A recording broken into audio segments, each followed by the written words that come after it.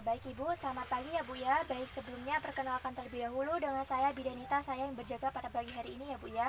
Baik, sebelumnya saya izin menutup pintu dan tirai terlebih dahulu supaya tetap terjaga keprivasiannya ya Bu ya.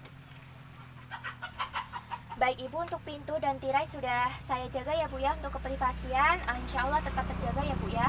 Baik, jadi di sini untuk memastikan tindakan, saya akan karena Ibu tadi habis melahirkan dan juga plasentanya sudah keluar ya Bu ya. Jadi di sini saya akan melakukan pemantauan kala 4 setelah plasenta Ibu itu keluar setelah 2 jam melahirkan. Nah, prosedurnya nanti saya akan mengajari Ibu memeses bagian uterus dan juga menilai kontraksi Ibu ya Bu ya. Dan juga nanti saya akan melakukan pemeriksaan fisik pada Ibu dan juga pada bayinya. Nah, tujuannya adalah untuk dilakukan penilaian perdarahan per vaginam. Nah, di mana nanti lama tindakannya adalah 10 sampai dengan 15 menit ya Bu ya. Baik. Nah, untuk selanjutnya apakah Ibu ada yang ditanyakan Ibu? Tidak ada. Baik, kalau tidak ada, apakah Ibu setuju dengan tindakan yang ingin dilakukan? Setuju. Baik, kalau setuju saya izin memposisikan Ibu ya Bu ya.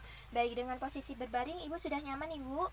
Baik, sudah nyaman. Selanjutnya saya izin membuka untuk selimutnya ya Bu ya. Baik. Nah, untuk selanjutnya saya izin mempersiapkan diri dan juga mempersiapkan alat ya Bu ya. Setelah kita mempersiapkan alat, kita mempersiapkan diri. Jadi kita menggunakan APD terlebih dahulu.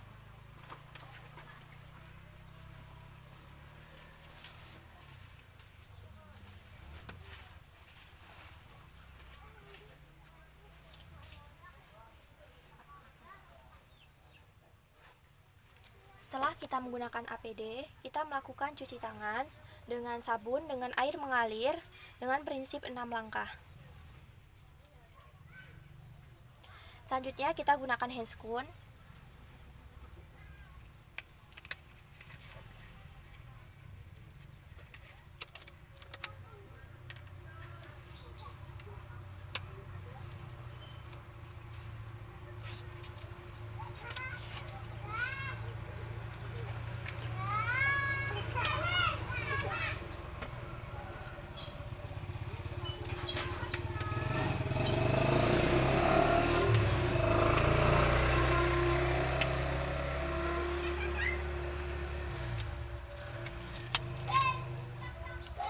Kemudian setelah kita gunakan handscoon, kemudian kita kembali pada Ibu.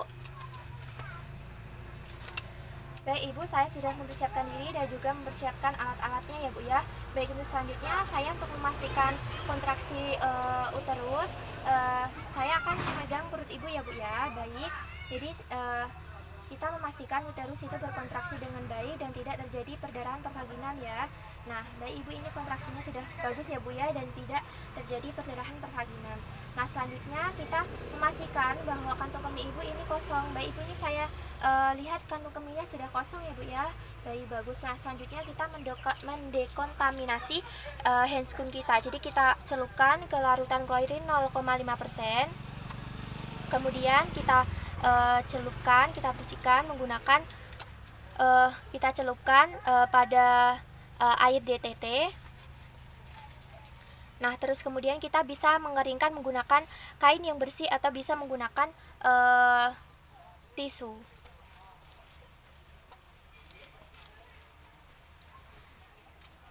Jadi kemudian setelah kita mendekontaminasi handscoon, selanjutnya kita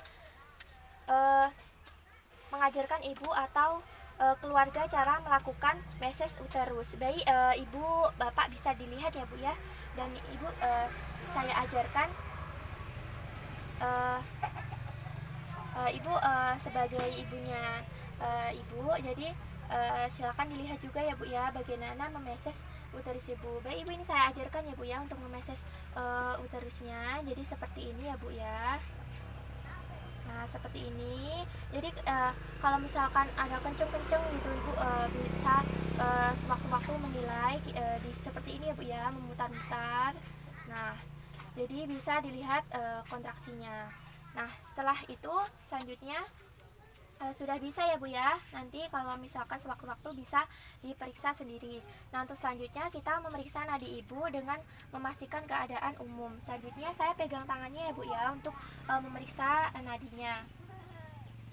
Kemudian kita hitung kurang lebih 1 menit penuh. Baik Ibu, ini sudah 1 menit ya Bu ya, dan nadinya normal, yaitu 55 kali per menit. Nah, untuk selanjutnya setelah memeriksa nadi, kita memantau atau mengevaluasi, mengestimasi jumlah kehilangan darah ibu dengan cara kita melihat kain yang sudah ditaruh di bawah bokong ibu. Baik, ini untuk jumlah darahnya normal ya Bu ya. Kemudian letakkan di tempat yang sudah disediakan. Nah, selanjutnya kita memantau keadaan bayi dan memastikan bayi ini menangis dengan baik. Baik Ibu, saya lihat bayinya ya Bu ya. Kemudian kita melihat bayi. Nah, jika bayi ini sulit bernafas atau merintih atau dia resusitasi kurang baik, jadi kita harus melakukan rujukan. Jadi nanti kalau misalkan bayi itu sulit bernafas, jadi kalau misalkan bayi sulit bernafas ataupun juga terlalu cepat bernafas, itu kita harus segera merujuk bayi. Dan jika bayi ini terasa dingin, kita lihat di bagian kakinya. Jadi kalau misalkan bayi ini terasa dingin, jadi kita langsung melakukan kontak kulit langsung pada ibu dan juga memberikan ruangan yang hangat.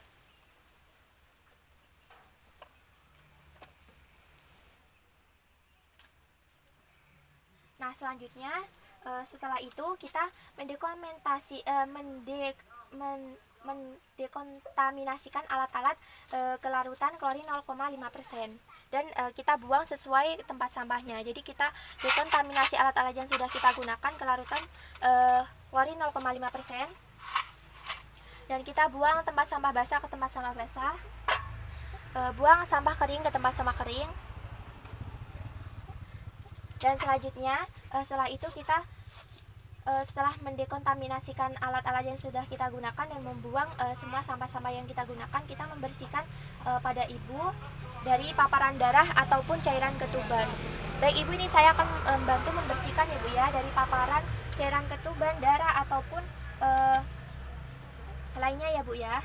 Baik, saya bantu membersihkan ya Bu ya. Nah, selanjutnya juga ini saya bersihkan menggunakan air DTT ya Bu ya, atau air steril. Nah, selanjutnya kita juga membersihkan bagian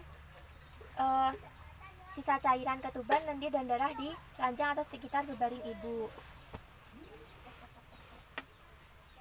Dan selanjutnya kita membantu ibu untuk memakaikan pakaian ataupun celana dalamnya. Baik Ibu, ini saya bantu ya Bu ya untuk memakaikan celana dalamnya.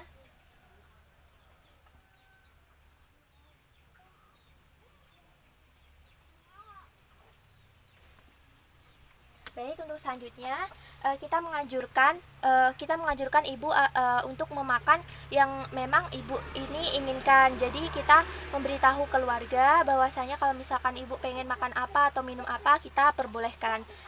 Baik Ibu, kalau misalkan pengen minum atau makan apa, nanti bisa dikomunikasikan dengan keluarga ya Bu ya. Jadi silahkan nanti kalau misalkan ibu pengen apa-apa. Nah, selanjutnya kita dekontaminasi sarung tangan dengan larutan klorin 0,5%.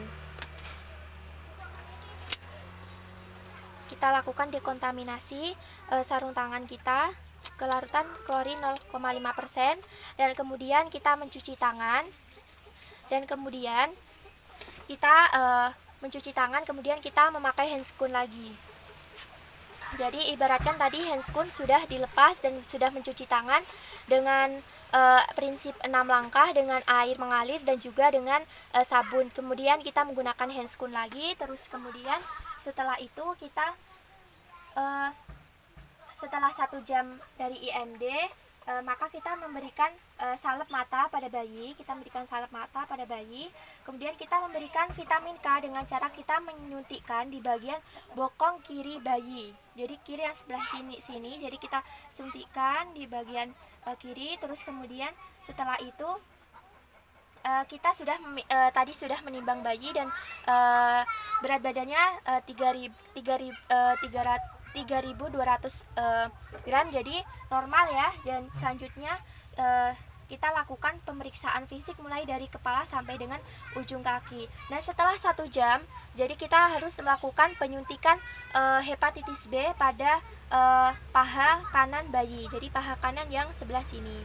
Nah, selanjutnya setelah itu kita kembalikan lagi bayinya pada ibu, dan kita sudah memposisikan ibu dengan senyaman mungkin dengan adik bayi. Nah, selanjutnya kita melepas sarung tangan dengan cara terbalik. Kita masukkan ke dalam larutan klorin 0,5%. Nah, selanjutnya kita melepas, jadi kita lakukan cuci tangan terlebih dahulu dengan prinsip 6 langkah menggunakan air yang mengalir dan sabun. Kemudian kita melepas APD.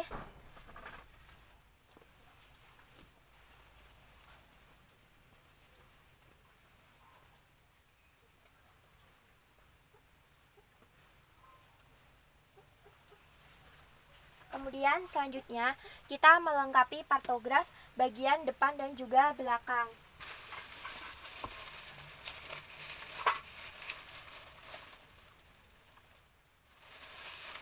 Jadi kita melengkapi partograf ini dari depan sampai dengan belakang partograf. Nah, dengan memeriksa TTV dan juga asuhan kala 4 tadi ya. Jadi kita menuliskan di partograf di bagian depan dan juga belakang partograf dengan pemeriksaan TTV dan juga asuhan kala 4. Nah, selanjutnya setelah itu Ibu tadi sudah buang air kecil ya Bu ya, setelah asuhan persalinan tadi. Iya, baik. Nah, selanjutnya untuk evaluasi tadi gimana Ibu? Sudah nyaman dengan tindakan yang dilakukan Ibu? Gimana rasanya? Nyaman, baik nyaman ya Bu ya. Nah, untuk kontrak selanjutnya nanti akan dilakukan observasi kembali ya Bu ya. Nah, terima kasih Ibu karena sudah sangat kooperatif sekali dan juga sudah membantu dalam memperlancar tindakan ini ya Bu ya. Nah, selanjutnya saya izin pergi ke ruang perawatan terlebih dahulu untuk pendokumentasian.